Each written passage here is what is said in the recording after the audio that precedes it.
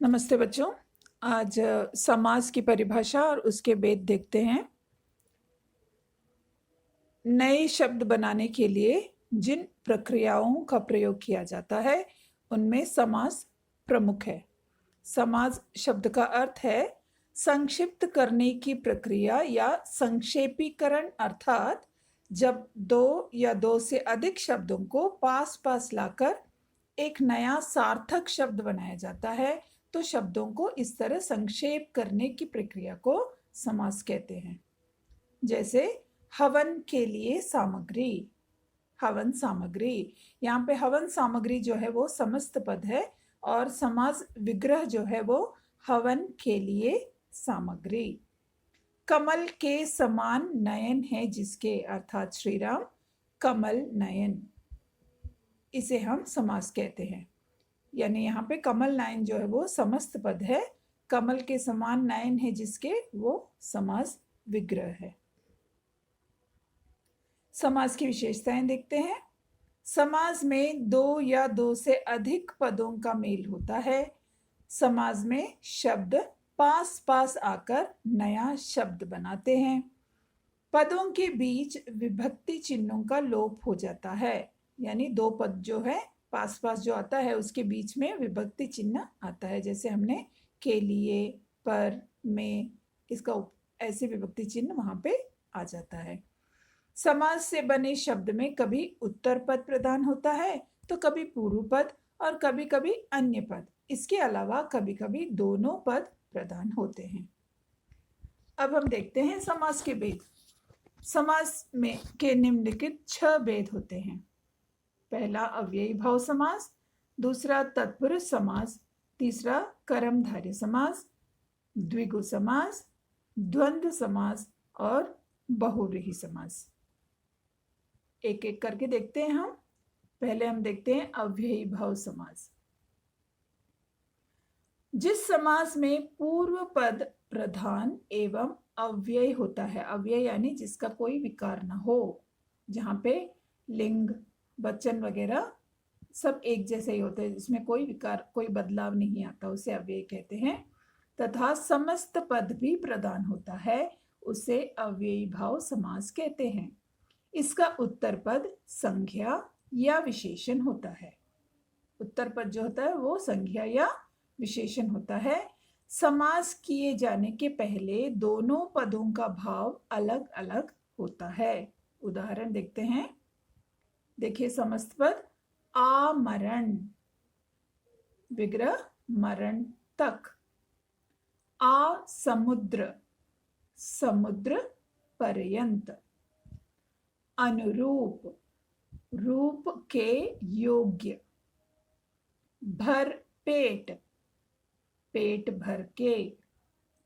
आजन्म, जन्म से लेकर, यहाँ पे आ, ये सब अव्यय शब्द हैं जिसमें कोई विकार नहीं होता। इस तरह कई उदाहरण यहाँ दिए गए हैं। आप धीरे धीरे एक एक उदाहरण को देख सकते हो। मैं यहाँ पे पूरे उदाहरण नहीं पढ़ रही हूँ, काफ़ी उदाहरण यहाँ दिए गए हैं। मैंने कुछ उदाहरण पढ़ लिए हैं, 2-3 और पढ़ लेती हूँ। निहत्ता, निहत्ता यानी बिना हथियार, हत्ता यानी हथियार, बिना हथियार के। प्रतिदिन, प्रत्येक दिन, प्रति यानी प्रत्येक। निडर, जो नहीं डरता, बिना डर के। तो ये सब अव्ययी भाव समास होता है, जिसमें पूर्व पद जो है अव्यय होता है, उत्तर पद जो है वो या फिर विशेषण होता है या संज्ञा होता है। अगला देखते हैं तत्पुरुष समास। जिस सामासिक शब्द का दूसरा पद प्रधान होता है तथा दोनों पदों के बीच लगी विभक्ति या विभक्ति चिन्हों का लोप हो, उसे तत्पुरुष समास कहते हैं। यहाँ पे विभक्ति चिन्ह लगते हैं। तत्पुरुष समास जानने के लिए पहले हमें जरा कारक पर नजर डालते हैं। देखिए, यहाँ पे मैंने लिखा है कारक, कर्ता कारक, कर्म कारक, करण कारक, संप्रदान, अपादान, संबंध, अधिकरण, संबोधन, ये सब कारक के भेद हैं। अब इसमें जो विभक्ति लगती है, कर्ता में ने की विभक्ति लगती है, कर्म को, करण से, संप्रदान के लिए, अपादान से, संबंध का, के, की, अधिकरण में, पर, संबोधन है, आ। अब यहाँ तत्पुरुष समास में कर्ता और संबोधन को छोड़कर बाकी सभी कारक की विभक्ति जो हैं लगते हैं तब जब विग्रह में हम को, से, के लिए, का, के, की, ये विभक्ति में, पर, ये विभक्तियां जब लगाते हैं, इन चिन्हों का जब लोप होता है तब उसे तत्पुरुष समास कहते हैं। उदाहरण देखते हैं। गंगा जल, गंगा का जल, गंगा और जल के बीच हमने विभक्ति चिन्ह लगाया है का। यश प्राप्त, यश को प्राप्त। रेखांकित, रेखा से अंकित। देशभक्ति, देश के लिए भक्ति। तुलसीकृत, तुलसी द्वारा कृत। यहाँ पे द्वारा यानी से, अपादान जो है वो से। शक्तिहीन, शक्ति से हीन। भारत रत्न, भारत का रत्न। धर्मवीर, धर्म में वीर। देखिए सारे कारक की विभक्ति यहाँ पे विभक्ति चिन्हों का लोप हुआ है, तो हम इसे तत्पुरुष समास कहते हैं। जब कारक चिन्हों का लोप होता है, विभक्तियों का लोप होता है, तब उसे हम तत्पुरुष समास कहते हैं। अगला देखते हैं कर्मधारय समास। जिस समास का पहला पद विशेषण या उपमेय और दूसरा पद विशेष्य या उपमान होता है उसे कर्मधारय समास कहते हैं। यहाँ पे विशेषण और विशेष्य या उपमेय या उपमान का प्रयोग होता है, तब हम उसे कर्मधारय समास कहते हैं। उदाहरण देखते हैं। प्राण प्रिय, प्राणों के समान प्रिय। देखिए यहाँ पे उपमान और उपमेय, प्राणों के समान प्रिय। चरण कमल, चरण रूपी कमल। नील गगन, नीला है जो गगन। यहाँ पे आपको एक बात ध्यान में देना है, जब आप कर्मधारय समास का विग्रह करते हैं तो आपको वहां पे या तो फिर के समान या रूपी या फिर है जो, इसका लोप किया जाता है। दो पदों के बीच इसका लोप किया जाता है, यानी विशेषण और विशेष या उपमेय या उपमान के बीच हम के समान, रूपी, है जो, इसमें से किसी एक का उपयोग करते हैं। नीलांबर, नीला है जो अंबर। पीतांबर, पीला है जो वस्त्र, अंबर यानी वस्त्र। महाराजा, महान है जो राजा। तो इस तरह के समान, रूपी, है जो का उपयोग करके जब हम विग्रह करते हैं, यानी इसमें एक विशेषण होता है और दूसरा विशेष्य होता है, या एक उपमेय होता है, दूसरा उपमान होता है, उसे हम कर्मधारय समास कहते हैं। अगला द्विगु समास। द्विगु समास में संख्यावाचक होता है, यानी संख्याओं का प्रयोग किया जाता है। जिस समास में प्रथम पद संख्यावाचक हो वह द्विगु समास कहलाता है। आपको ये पहचानने में बड़ी आसानी होगी क्योंकि यहाँ पे संख्या का प्रयोग किया गया है, जिसमें पहला पद, प्रथम पद संख्यावाचक हो।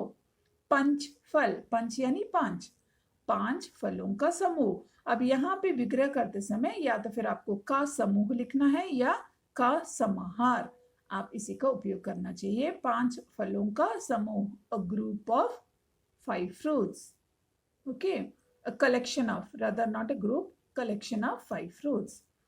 चौराहा, राह यानी रास्ता, राह, चौ यानी चार, तो यहाँ भी संख्यावाचक है। चार राहों का समूह, जहाँ पे चार राह मिलते हैं। पंचवटी, पांच वटों का, वट यानी वृक्ष, पांच वटों का समूह। इस तरह कई समस्त पद दिए गए हैं और कई उसका विग्रह भी दिया गया है। यहाँ पे आप विग्रह करते समय ध्यान में दीजिए, का समूह का उपयोग करना है विग्रह करते समय, और समस्त पद में हमेशा संख्यावाचक होता है। तब हम जब उस संख्यावाचक और दूसरे पद को मिलाकर जब विग्रह करते हैं तो उसमें का समूह का प्रयोग करके हम उसका विग्रह करते हैं, तब वो द्विगु समास कहलाता है।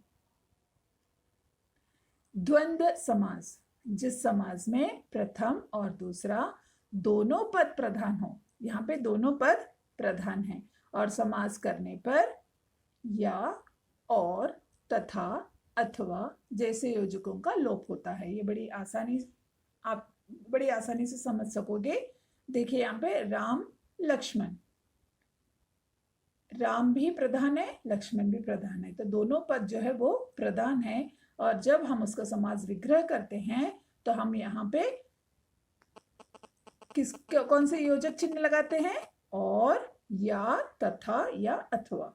यहाँ राम लक्ष्मण में हम राम और लक्ष्मण, गंगा यमुना, गंगा और यमुना। यहाँ पे जो भी उदाहरण दिया गया है हमने सब और लिखा हुआ है।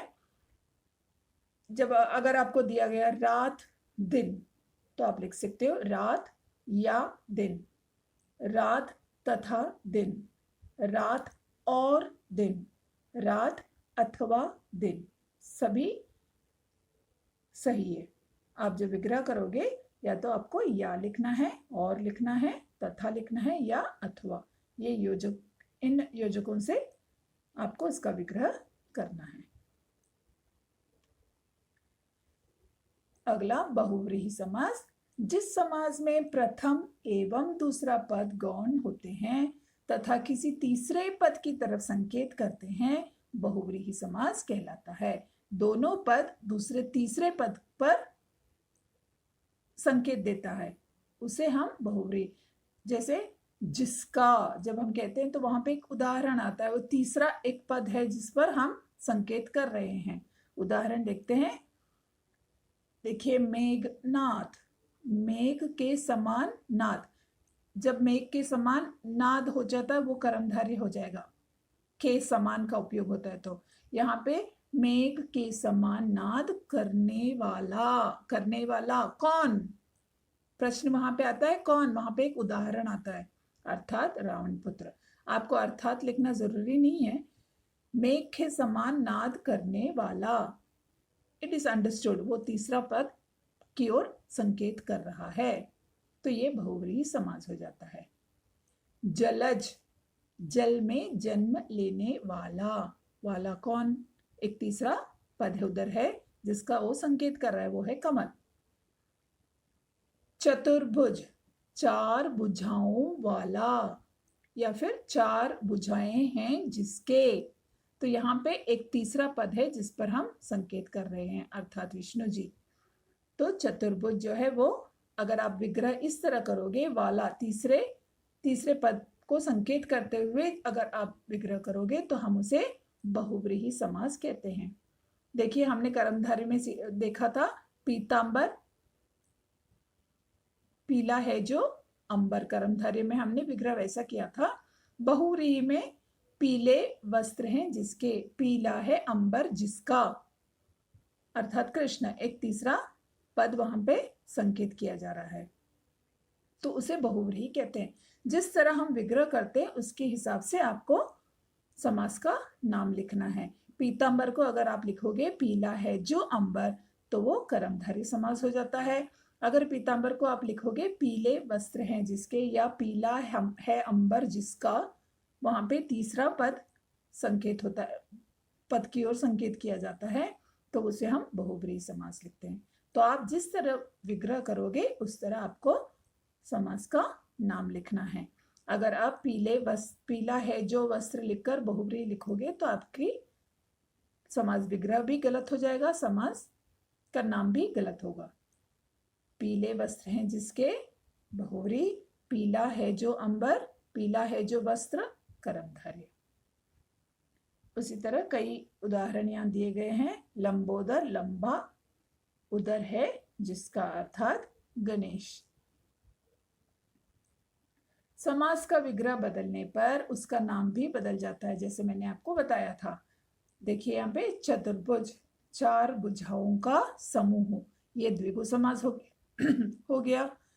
चार भुजाएं हैं जिसकी, अर्थात यहाँ पे तीसरे पद का संकेत किया जा रहा है, तो वो बहुव्रीहि समास हो जाता है। देखिए द्विगु, आपने चार देखा, चतुर यानी चार, तो आप द्विगु लिखोगे। द्विगु आपके मन में आएगा, हाँ चलो चार है, संख्यावाचक है, द्विगु, आप द्विगु लिख सकते हो। लेकिन आप जब विग्रह करोगे तो आपको विग्रह किस तरह करना है? चार भुजाओं का समूह। अगर आप बहुव्रीहि समास लिख रहे हो तो चार भुजाएं हैं जिसके यहाँ पे तीसरे पद की ओर आपको संकेत करना है समास विग्रह में, तभी आप बहुव्रीहि समास लिख सकते हो। अगर आपको प्रश्न आता है समास का नाम लिखिए, चार भुजाएं हैं जिसका, अगर ऐसा एक प्रश्न आया तो आप चार देखकर संख्यावाचक समझकर द्विगु समास ना लिखिए। आप विग्रह देखिए किस तरह विग्रह किया गया है, तीसरे पद की ओर संकेत किया गया है या नहीं। अगर नहीं किया गया है, का समूह लिखा है तो द्विगु, अगर संकेत किया गया है तो वो बहुव्रीहि समास। उसी तरह देखिए कर्मधारय और बहुव्रीहि में कमल नयन, कमल जैसे नयन, कमल के समान नयन, ये कर्मधारय होगा। कमल के समान नयन है जिसके, वहां पे आपने तीसरे पद की ओर संकेत किया। जब आपने जिसके लिखा, वो तीसरे पद की ओर संकेत करता है, तब वो बहुव्रीहि समास हो जाता है। आप समझ गए होंगे। आप उसमें जो दिए गए हैं वो उदाहरण को पढ़िए, बार बार देखिए, तो आप और अच्छी तरह समझ जाओगे। धन्यवाद बच्चों।